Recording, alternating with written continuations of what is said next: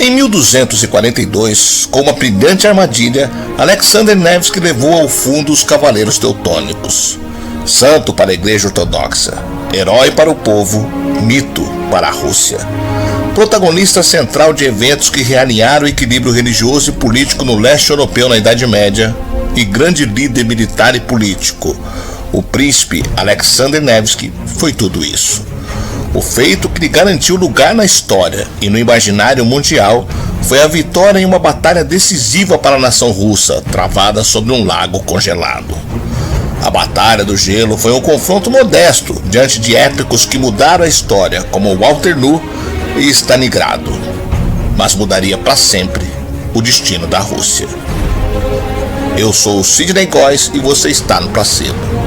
Vem comigo, que no caminho eu te explico.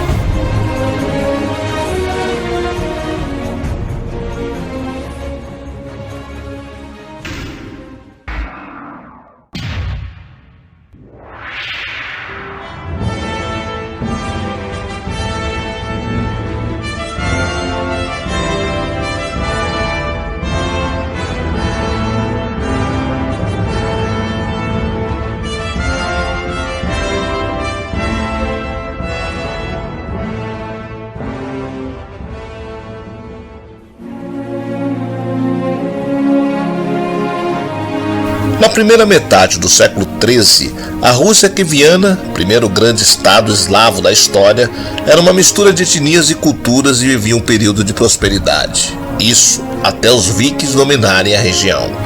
Mas Kiev entraria definitivamente em colapso em 1240, quando o mogol Batu-Khan, descendente de Gengis Khan, tomaria definitivamente a capital da Rússia.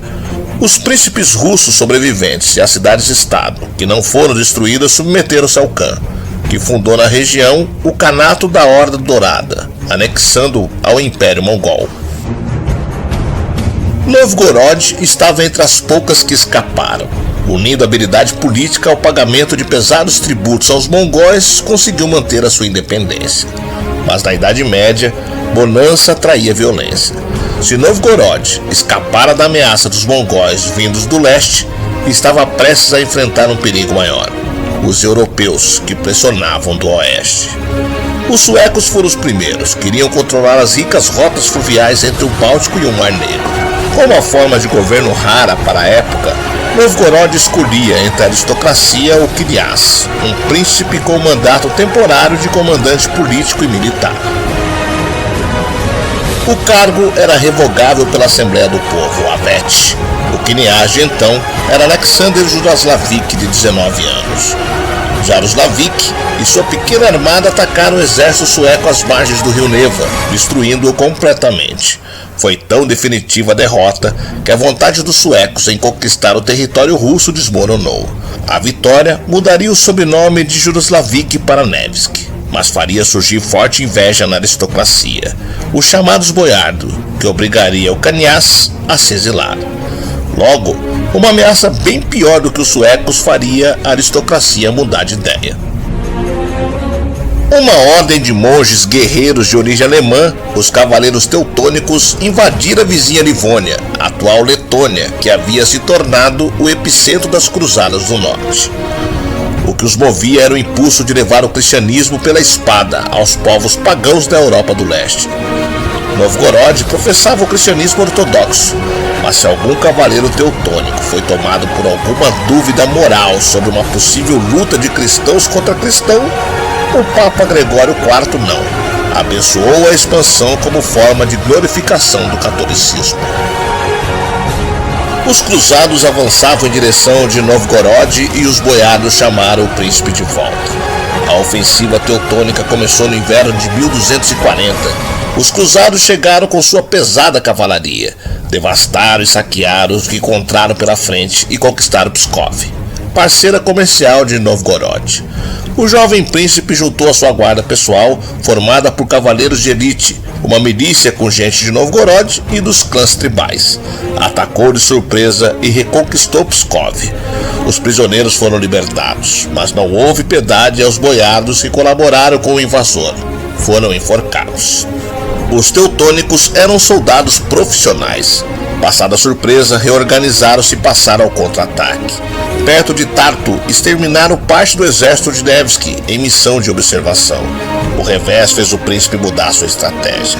Era hora de recuar para enfrentar os teutônicos em terras conhecidas. Como local do confronto, Nevsky escolheu o lago Peipus.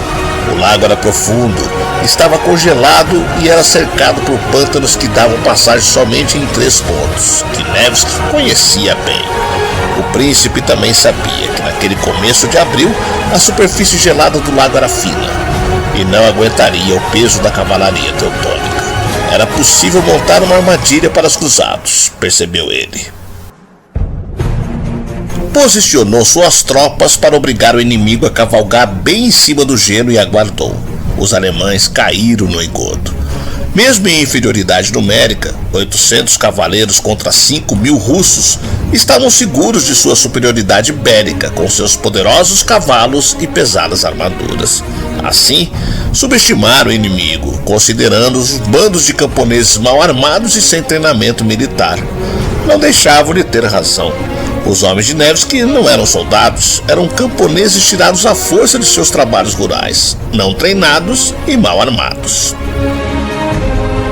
Os cruzados repetiram a clássica e bem-sucedida tática utilizada em todos os confrontos precedentes: cavalgar compactos para o centro do exército inimigo, usando a força de impacto da cavalaria pesada para dividir em 2 partes e enfrentá-las separadamente. Nevsky estava preparado. Quando o inimigo estava próximo, deu a ordem de abrir a frente em 2 partes e atacar os invasores pelos flancos. Isso obrigou os teutônicos a permanecerem no centro do lago. O príncipe escondia mais um trunfo: arqueiros mercenários mongóis a cavalo. Foram decisivos. Esse detalhe tático entrou na tradição eslava como o mito de que os anjos chegaram do céu salvando o príncipe.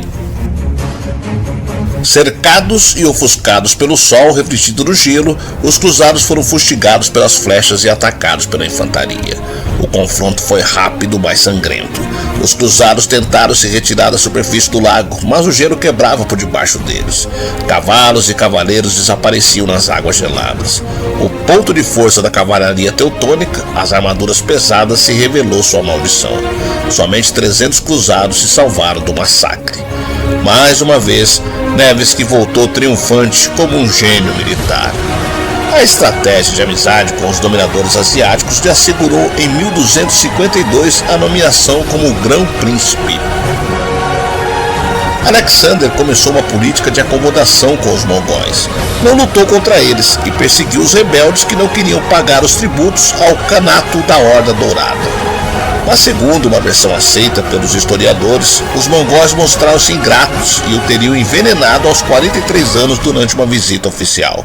Provavelmente ele tinha se tornado independente demais. 3 séculos mais tarde, a Igreja Ortodoxa proclamou Alexandre Nevsky santo, dedicando-lhe igrejas e monastérios em toda a Rússia.